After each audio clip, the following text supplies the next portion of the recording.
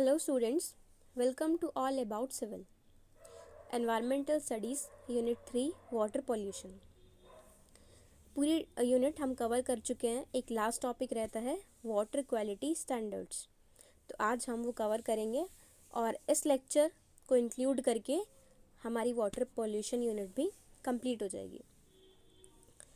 तो स्टार्ट करते हैं आज का topic, drinking water quality standards. अब हर एक रिवर के लिए या फिर कोई भी वाटर बॉडी या फिर कोई भी वाटर जो हमें यूज़ में लेना है, उसके लिए हम कुछ स्टैंडर्ड्स डिफ़ाइन करते हैं. स्टैंडर्ड्स मतलब हम कुछ नियम बना देते हैं कि किसी चीज़ की वैल्यू एक पर्टिकुलर होनी चाहिए, इससे ज़्यादा होगी तो नुकसानदायक है और कम होगी तो नुकसानदायक है. इस तरीके से हम पैरामीटर्स सेट कर देते हैं कि जिससे जो भी हार्मफुल उसके अंदर चीज़ें हैं वो नुकसान ना करें. तो ड्रिंकिंग वाटर क्वालिटी स्टैंडर्ड्स में हम ये स्टडी करेंगे. Drinking water quality standards describes the quality parameters set for drinking water. अब जो ड्रिंकिंग वाटर क्वालिटी स्टैंडर्ड्स हैं, इससे हमें पता चलता है कि क्या क्या पैरामीटर्स हमने सेट किए हुए हैं ड्रिंकिंग वाटर के लिए, यानी कि क्या क्या हमने रूल्स रेगुलेशंस बनाए हुए हैं कि इतने से ज़्यादा एक्सीड नहीं करना चाहिए, इतनी वैल्यू रहनी चाहिए. तो ये सब हम वाटर क्वालिटी स्टैंडर्ड में पढ़ते हैं. Despite the truth that every human on this planet needs drinking water to survive and that water may contain harmful constituents, there are no universally recognized and accepted international standards for drinking water. अब ये भी सच है कि हर एक इंसान को जिसे भी ज़िंदा रहना है तो उसे ड्रिंकिंग वाटर चाहिए ही चाहिए डेली बेसिस पर, और उस वाटर में बहुत सारे हार्मफुल कॉन्स्टिट्यूएंट्स भी हो सकते हैं, ऐसी चीज़ें जो कि नुकसान पहुंचाती हैं ह्यूमन की बॉडी को. तो ये सब चीज़ें हार्मफुल कॉन्स्टिट्यूएंट्स भी प्रेजेंट होती हैं. तो ऐसा कोई यूनिवर्सल हमने लॉ नहीं बना रखा है कि इतनी वैल्यू प्रेजेंट ही होनी चाहिए और इससे नुकसान है. हर जगह ये चीज़ें डिफ़र करती हैं. जैसे हमारे यहाँ एशिया में टेम्परेचर कुछ और है, यूनाइटेड स्टेट वहाँ पर टेम्परेचर कुछ और है, अफ्रीका में देखेंगे तो टेम्परेचर कुछ और है. यानी कि हर जगह के अकॉर्डिंग वहाँ के वाटर क्वालिटी स्टैंडर्ड को हम डिसाइड करके रखते हैं, और कोई यूनिवर्सली रिकॉग्नाइज्ड स्टैंडर्ड नहीं है, यानी कि पूरे अर्थ पर एक ही रूल को हम फॉलो नहीं करते हैं. देखा जाता है कि कहाँ पर हमें कौन सी चीज़ें यूज़ करनी है. Even where standards do exist and are applied, the permitted concentration of individual constituents may vary by as much as 10 times from one set of standards to another. अब जैसे ही कुछ स्टैंडर्ड्स हमने बना रखे हैं, जब उनको अप्लाई करते हैं तो जो कंसंट्रेशन हमने एक पर्टिकुलर चीज़ की अप्लाई कर रखी है, ये हर जगह एक दूसरे से अलग हो सकती है. यानी कि वही चीज़ जो मैंने बताई, क्योंकि हर जगह का स्टैंडर्ड अलग अलग है.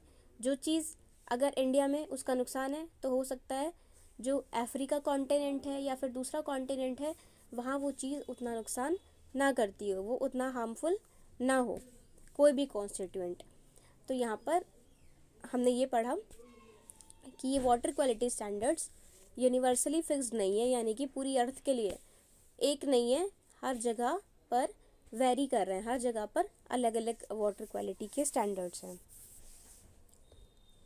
Many developed countries specify standards to be applied in their own country. अब बहुत सारी डेवलप्ड कंट्रीज़ ने अपने अपने स्टैंडर्ड्स बना रखे हैं.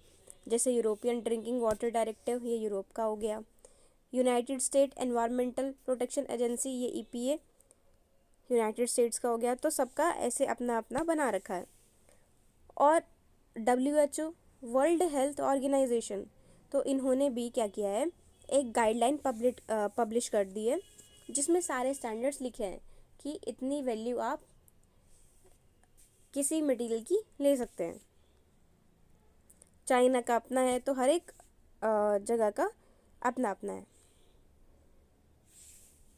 While where drinking water quality standards do exist, most are expressed as guidelines or targets rather than requirements, and very few water standards have any legal basis or are subjected to enforcement। यानी कि जो drinking water quality के हमने standards बना रखे हैं, standards का मतलब वही है कि किस चीज़ की कितने एलिमेंट की कितनी वैल्यू हमको कंसीडर करनी है। तो ये गाइडलाइंस में ही हमने रिप्रेजेंट कर रखे हैं और रिक्वायरमेंट के बेसिस पर। और बहुत ही कम ऐसे वाटर स्टैंडर्ड्स हैं जो लीगली, जिनका कुछ लीगल बेसिस है कि नहीं कार्रवाई होगी अगर नहीं फॉलो करेंगे। तो वाटर क्वालिटी स्टैंडर्ड में ऐसा है।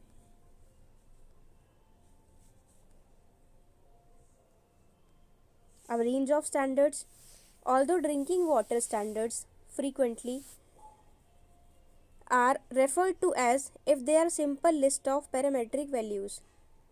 Standard documents also specify the sampling location, sampling methods, sampling frequency, analytical methods and laboratory accreditation AQC।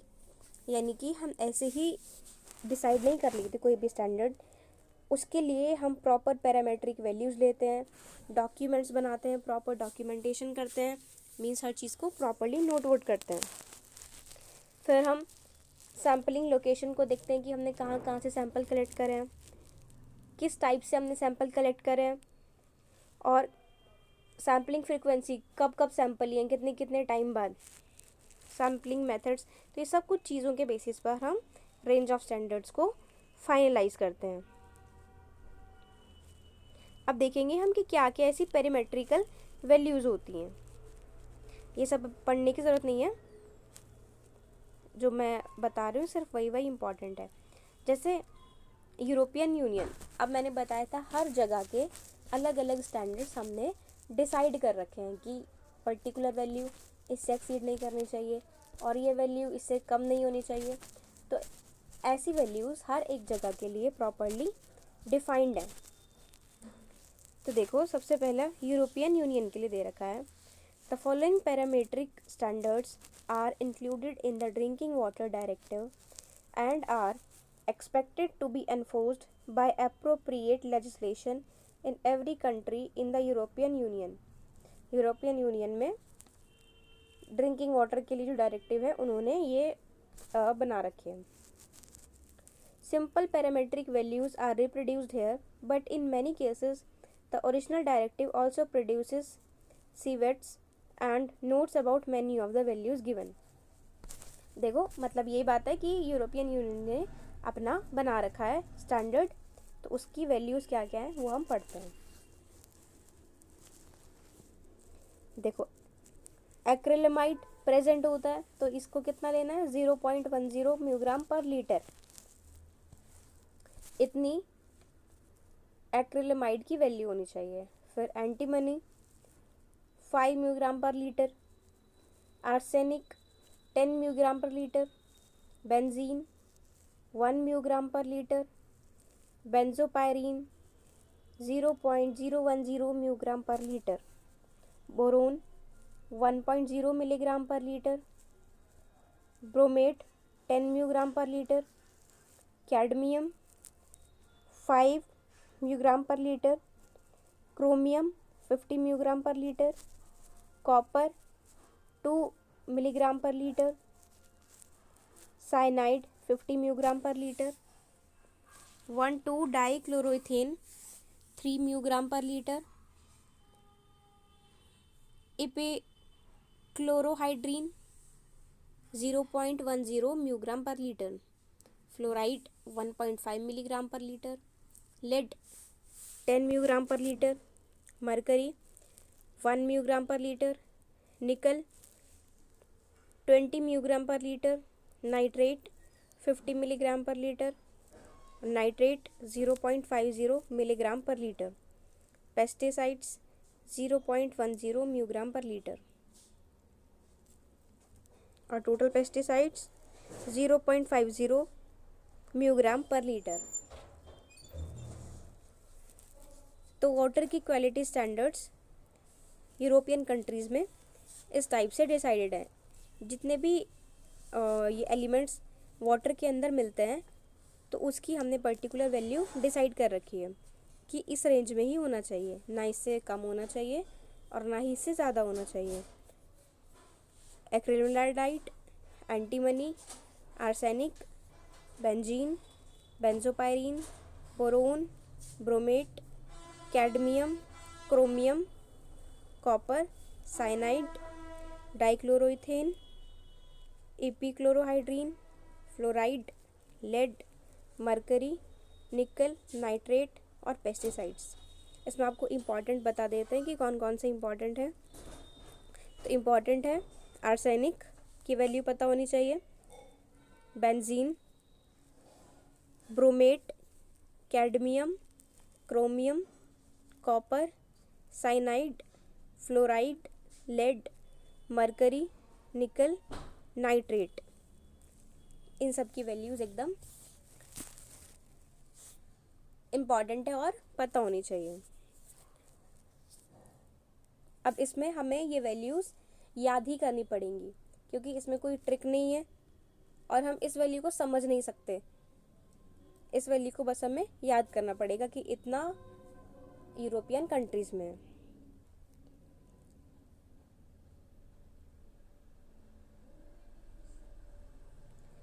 ये हमने यूरोपियन कंट्रीज़ का देखा था।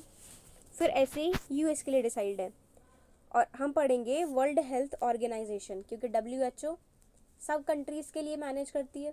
तो हम WHO के द्वारा क्या गाइडलाइंस दी गई हैं, किस एलिमेंट का कितना क्वांटिटी होना चाहिए, तो हम वो स्टडी करेंगे। देखो, the world health organization WHO guidelines for drinking water quality include the following recommended limits on naturally occurring constituents that may have direct adverse health impact। अब WHO ने एक गाइडलाइन बनाई है ड्रिंकिंग वाटर क्वालिटी के लिए, जिसे बोलते हैं GDWQ, guidelines for drinking water quality, जिसमें कि रिकमेंडेड लिमिट्स हैं कि आपको इतने लिमिट्स ड्रिंकिंग वाटर में रखनी है किसी भी नेचुरली अकरिंग कॉन्स्टिट्यूएंट्स में, जैसे कि कोई भी रिवर हो गया या फिर कोई भी ऐसी सप्लाई है, तो वहाँ पर हमें ये लिमिट्स को ध्यान में रखना पड़ता है। अगर हम इन्हें ध्यान में नहीं रखेंगे तो हमारी हेल्थ पर इससे इफ़ेक्ट पड़ेगा और एडवर्स हेल्थ इम्पैक्ट पड़ सकता है, यानी कि adverse means serious effect health पर पड़ सकता है। तो इसलिए इन गाइडलाइन के अकॉर्डिंग ये हमें पढ़ना ज़रूरी है। यूरोपियन अभी जो हमने पहले पढ़ा था वो सिर्फ हमने एज अ एग्जाम्पल पढ़ा था। मेन है हमारे पास WHO का कि वर्ल्ड हेल्थ ऑर्गेनाइजेशन ने क्या हमें लिमिट्स बता रखी हैं, हम इंडिया में वही चीज़ फॉलो करते हैं, तो ये हमारे लिए इम्पॉर्टेंट है।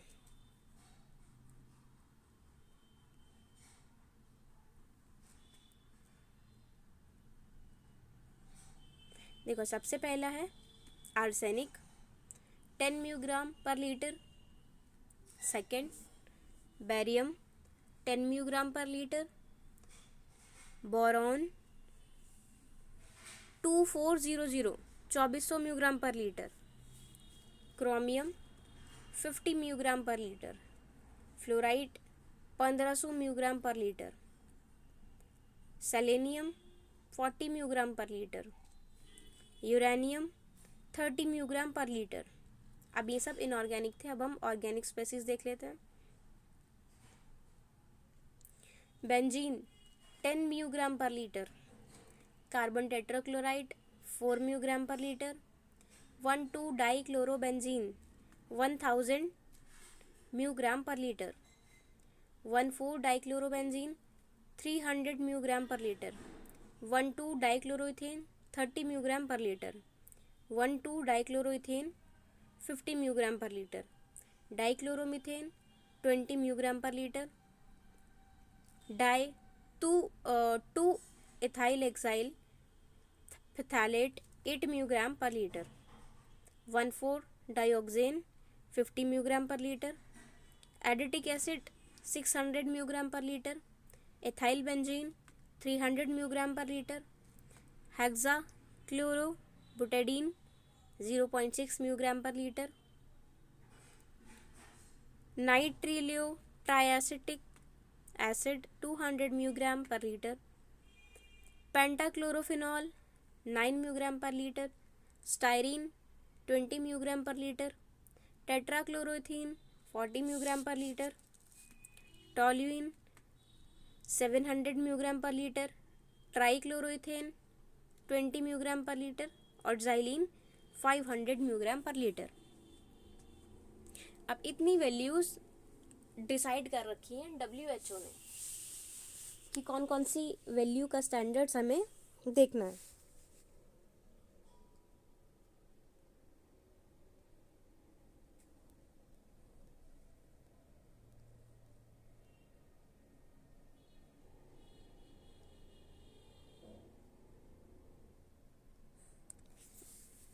यहाँ पर ऑर्गेनिक और इनऑर्गेनिक दोनों की वैल्यूज़ WHO ने हमें एक गाइडलाइन की फॉर्म में बता दी थी कि आप मैक्सिमम वैल्यू इतनी कंसीडर कर सकते हैं।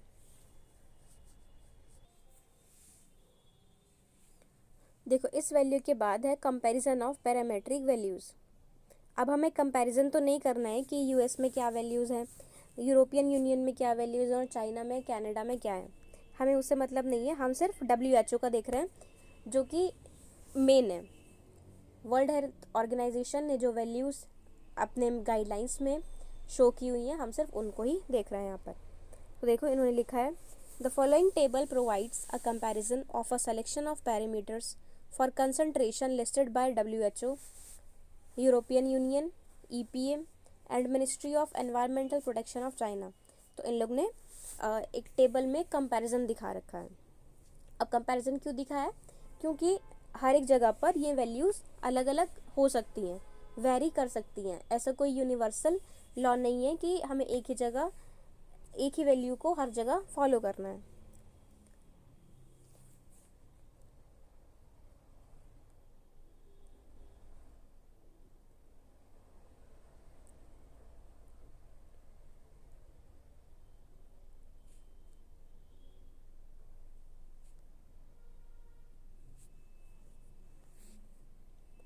अब देखो, 3 कॉलम हमें स्टडी करने हैं बस, पैरामीटर, टेबल और वर्ल्ड हेल्थ ऑर्गेनाइजेशन वाला कॉलम की वर्ल्ड हेल्थ ऑर्गेनाइजेशन ने क्या वैल्यू दे रखी है। तो हमारे पास 1,2 डाइक्लोरोथिन की वैल्यू नहीं है, एक्रिलामाइड की भी नहीं है, एल्यूमिनियम की भी स्पेसिफाइड नहीं है। फिर हमारे पास आर्सेनिक की है। आर्सेनिक की है 10 माइक्रोग्राम पर लीटर, बैरियम 700 माइक्रोग्राम पर लीटर, बेंजीन 10 माइक्रोग्राम पर लीटर, बोरोन 2.5 मिलीग्राम पर लीटर, कैडमियम 3 म्यूग्राम पर लीटर, क्रोमियम 50 म्यूग्राम पर लीटर, फ्लोराइड 1.5 मिलीग्राम पर लीटर और मरकरी 6 म्यूग्राम पर लीटर, नाइट्रेट 15 मिलीग्राम पर लीटर, सेलेनियम 40 म्यूग्राम पर लीटर, टेट्राक्लोरोइथेन एंड ट्राइक्लोरोइथेन 40 म्यूग्राम पर लीटर। तो अब देखो, हमें जो वैल्यूज़ याद करनी है वो अब कम है WHO के कंपैरिजन में। तो हमें आर्सेनिक की वैल्यू वर्ल्ड हेल्थ ऑर्गेनाइजेशन के द्वारा 10 माइक्रोग्राम पर लीटर होनी चाहिए, आर्सेनिक की वैल्यू। फिर बेरियम की वैल्यू 700 म्यूग्राम पर लीटर, बेंजीन 10 म्यूग्राम पर लीटर, बोरोन की वैल्यू याद करनी है 2.4 मिलीग्राम पर लीटर, कैडमियम 3 म्यूग्राम पर लीटर, क्रोमियम 50 म्यूग्राम पर लीटर, फ्लोराइड 1.5 मिलीग्राम पर लीटर और मरकरी 6 म्यूग्राम पर लीटर, नाइट्रेट 50 मिलीग्राम पर लीटर, सेलेनियम 40 म्यूग्राम पर लीटर और एक लास्ट है टेट्राक्लोरोइथेन एंड ट्राइक्लोरोइथेन 40 म्यूग्राम पर लीटर। ये तो ऑर्गेनिक हो गया, तो हमें बस इनऑर्गेनिक के याद रखना है, यानी कि सेलेनियम और जो हमने पढ़े हैं nitrate, mercury, fluoride, chromium, cadmium, boron और बेंजीन, बेरियम, आर्सेनिक। तो इन सब की वैल्यूज़ WHO के द्वारा बताई गई हैं। आप इन वैल्यूज़ को पढ़ लो और नोट कर लो।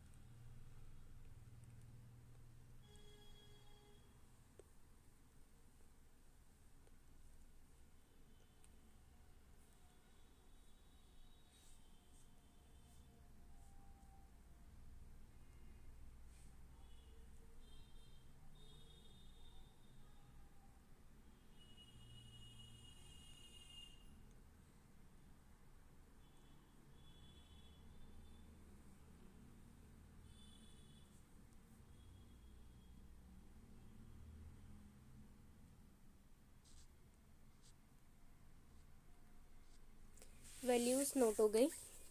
एक बार बिल्कुल स्टार्टिंग से देख लेते हैं कि वाटर क्वालिटी स्टैंडर्ड में हमने क्या क्या पढ़ा है। तो ड्रिंकिंग वाटर क्वालिटी स्टैंडर्ड्स में हम पढ़ते हैं कि किसी भी वाटर जो कि ड्रिंकिंग वाटर है उसके लिए हम कुछ क्वालिटी पैरामीटर्स सेट करते हैं, क्योंकि वाटर ऐसी चीज़ है कि हमें यूज़ करना ही करना है। तो उसमें अगर हार्मफुल कॉन्स्टिट्यूएंट्स होंगे तो वो हमारे लिए फिर बहुत ज़्यादा हेल्थ पर इम्पैक्ट डालेगा और नुकसानदायक होगा। तो हम कोशिश करते हैं कि ये हार्मफुल कॉन्स्टिट्यूएंट्स की जो वैल्यू है ये कम से कम हो, अगर रिड्यूस कहीं पर नहीं हो पा रही है।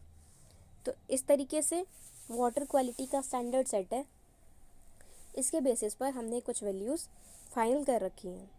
तो उन वैल्यूज़ को हमने स्टडी किया है।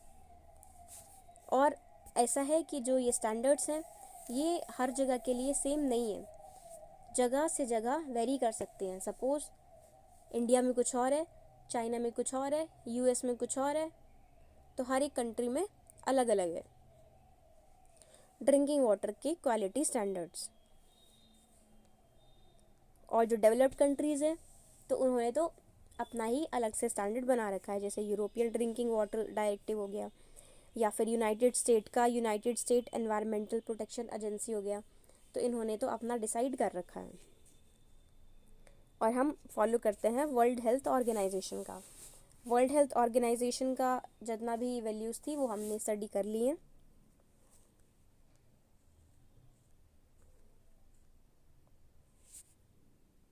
फिर हमने देखा कि रेंज ऑफ स्टैंडर्ड जो होता है उसमें हर चीज़ के बेसिस पर हम ये स्टैंडर्ड डिसाइड करते हैं कि हमने क्या क्या पैरामीट्रिक वैल्यूज़ ली हैं, प्रॉपर डॉक्यूमेंटेशन करते हैं यानी नोट डाउन करते हैं वैल्यूज़ को, और फिर साथ में कि हमने कहाँ कहाँ से सैंपल लिया है, सैंपल लेने का तरीका क्या था, सैंपलिंग की फ्रीक्वेंसी क्या है, यानी कि हमने कितने टाइम बाद सैंपलिंग की है। तो ये सब कुछ चीज़ें हम रेंज ऑफ स्टैंडर्ड्स में देखते हैं। फिर पैरामेट्रिक वैल्यूज़ में हमने यूरोपियन यूनियन की देखी थी, लेकिन हमें ये नहीं पढ़ना है क्योंकि ये जस्ट एग्जांपल था, हमें WHO का देखना था। तो वर्ल्ड हेल्थ ऑर्गेनाइजेशन के अकॉर्डिंग हमने सारी वैल्यूज़ पढ़ी हैं, आप इनका स्क्रीनशॉट ले लो।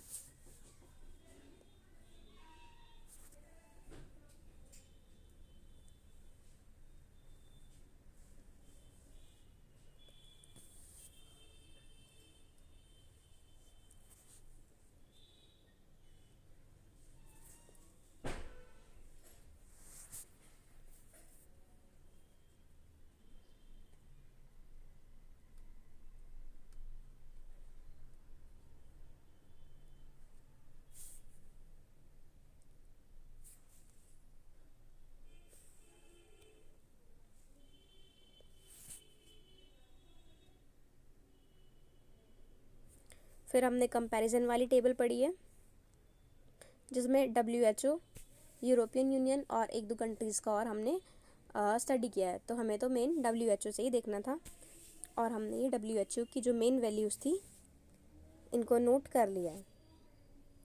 तो ये टॉपिक था हमारा वाटर क्वालिटी स्टैंडर्ड्स। इस टॉपिक के साथ हमारी यूनिट 3 वाटर पॉल्यूशन कंप्लीट है। अब आप इसको रिवाइज करिएगा और 3 यूनिट्स प्रॉपरली तैयार कर लेना। Thank you.